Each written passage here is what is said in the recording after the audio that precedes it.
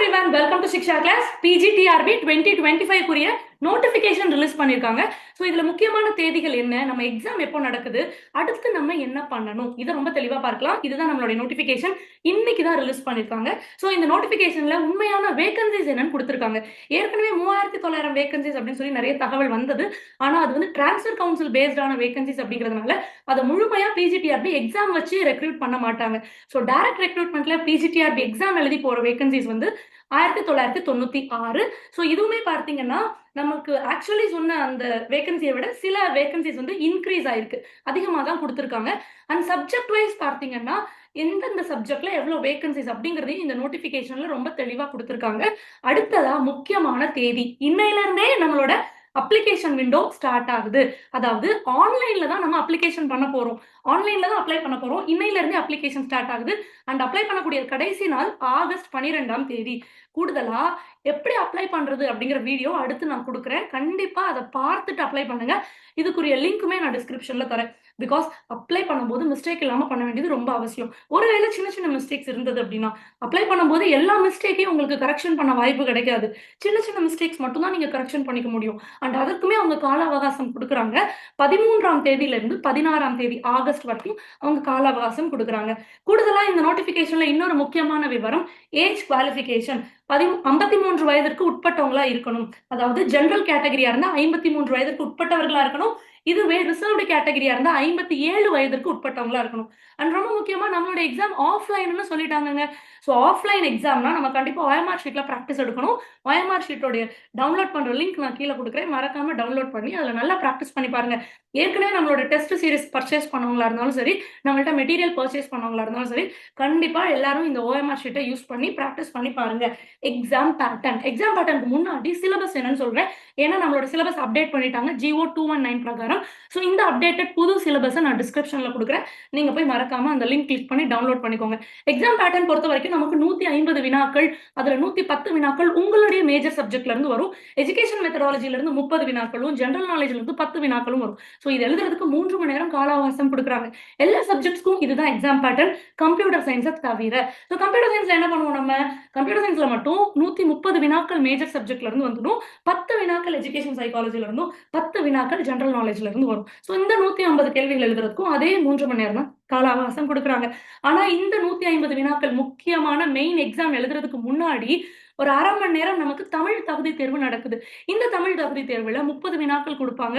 நீங்க ரொம்ப குறிப்பா கவனிக்க வேண்டியது, இந்த 30 வினாக்கள்ல முதல் 20 வினாக்கள் 2 மதிப்பெண்கள் வினாக்கள், அடுத்து 10 வினாக்கள் 1 மதிப்பெண்கள் வினாக்கள். இது எக்ஸாம் அந்த கொஸ்டின் பேப்பர்ல தெளிவா மென்ஷன் பண்ணிருப்பாங்க.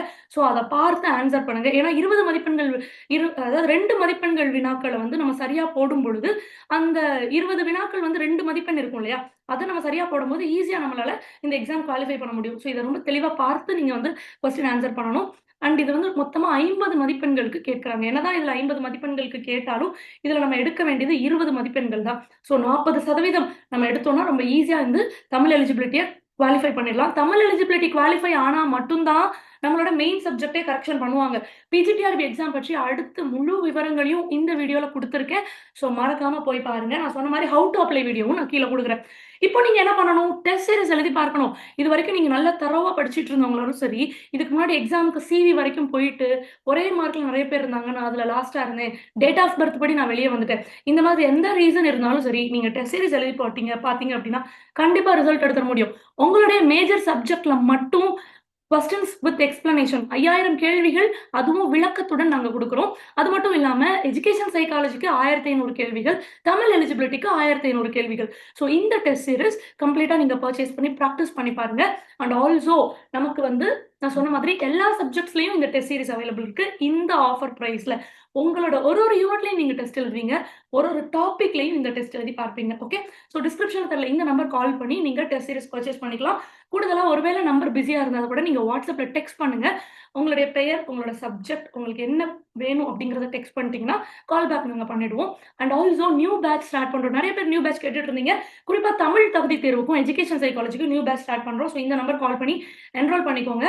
ஐ திங்க் இது வந்து ஃபைனல் பேட்சா இருக்கும். ரொம்ப மேரத்தானா, ரொம்ப கான்செப்சுவல் டீடைலோட இன்டெப்தா நம்ம ரிசல்ட்டுக்கு தேவையான அனைத்து இந்த நியூ பேட்ச் நம்ம கவர் பண்ண போறோம். நிறைய பேர் எஜுகேஷன் சைக்காலஜி ஸ்டடி மெட்டீரியல் கேட்டுட்டு இருந்தீங்க. நம்ம ஸ்டூடெண்ட்ஸ்க்கு கொடுத்த கொடுத்தது போக சில காப்பீஸ் மட்டும் இருக்கு. ஸோ நீங்க வேகமா வந்து நான் கீழே கொடுத்துருக்க லிங்க்ல போயிட்டு பர்ச்சேஸ் லிங்க்ல போயிட்டு உங்களோட டீடைல்ஸை ஃபில் பண்ணி உடனே இந்த மெட்டீரியல் பர்ச்சேஸ் பண்ணிக்கோங்க. ஏன்னா நம்மள்ட்ட கொஞ்சம் காப்பீஸ் தான் இருக்கு நம்ம ஸ்டூடெண்ட்ஸ் கொடுத்தது போக. அது மட்டும் இல்லாம இந்த மெட்டீரியல் இங்கிலீஷ்லயும் இருக்கு, தமிழ்லயும் இருக்கு. உங்களுக்கு எந்த லாங்குவேஜ்ல வேணும் அப்படிங்கிறதையும் சொல்லுங்க. எஜுகேஷன் சைக்காலஜிக்கும் மெட்டீரியல் இருக்கு, தமிழ் எலிஜிபிலிட்டிக்கும் மெட்டீரியல் இருக்கு.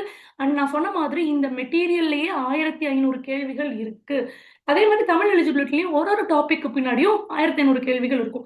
ஸோ இதை நீங்க வாங்கி படிச்சுட்டு அப்படியே ப்ராக்டிஸ் பண்ணி பார்த்தா போதும். கூடுதலா நம்ம OMR ஷீட்டையும் நீங்க டவுன்லோட் பண்ணிக்கோங்க. அண்ட் ரொம்ப முக்கியமா இதை பர்ச்சேஸ் பண்ற லிங்க் நான் கீழே தரேன்.